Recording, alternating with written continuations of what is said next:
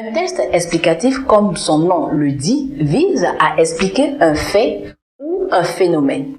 Il répond très souvent à la question « comment ?» pourquoi ou encore dans quelles circonstances. Exemple, comment se déroule la fête du Dipri? Le ton. Dans un test explicatif, le ton est très important. Le ton doit être neutre et objectif. Le vocabulaire, quant à lui, doit porter sur des faits socio-culturels. Il est bien de savoir que dans un test explicatif, pour le reconnaître, il y a très souvent les dates et les chiffres. Le présent est le temps l'indiqué pour le test explicatif. Exemple, la fête de Dipri se déroule dans le mois d'avril. Voyons maintenant les idées. Comment est-ce que les idées sont agencées?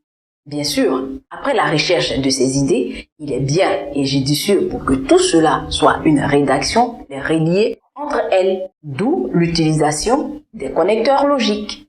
Quelques connecteurs logiques en passant.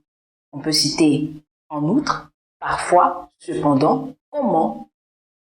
Et pour finir, finalement, en bref. Pour terminer notre cours, nous allons partir avec cet exemple pour que tu puisses mieux comprendre. Alors, l'exemple va porter sur la fête du Dipri en pays Abidji. Alors, je dirai ceci. Dans la nuit du vendredi au samedi, juste après minuit, les habitants doivent rester chez eux, car les mangeurs d'âmes sont réunis près du lac Boron.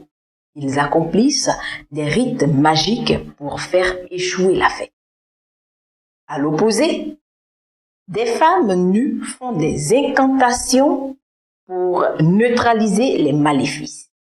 Finalement, la fête va s'achever par la cérémonie de purification dans le lac Boron. Fais cet exemple avec d'autres fêtes de génération, en l'occurrence la fête d'Igname en pays Abé, par exemple, pour pouvoir t'exercer. Succès assuré.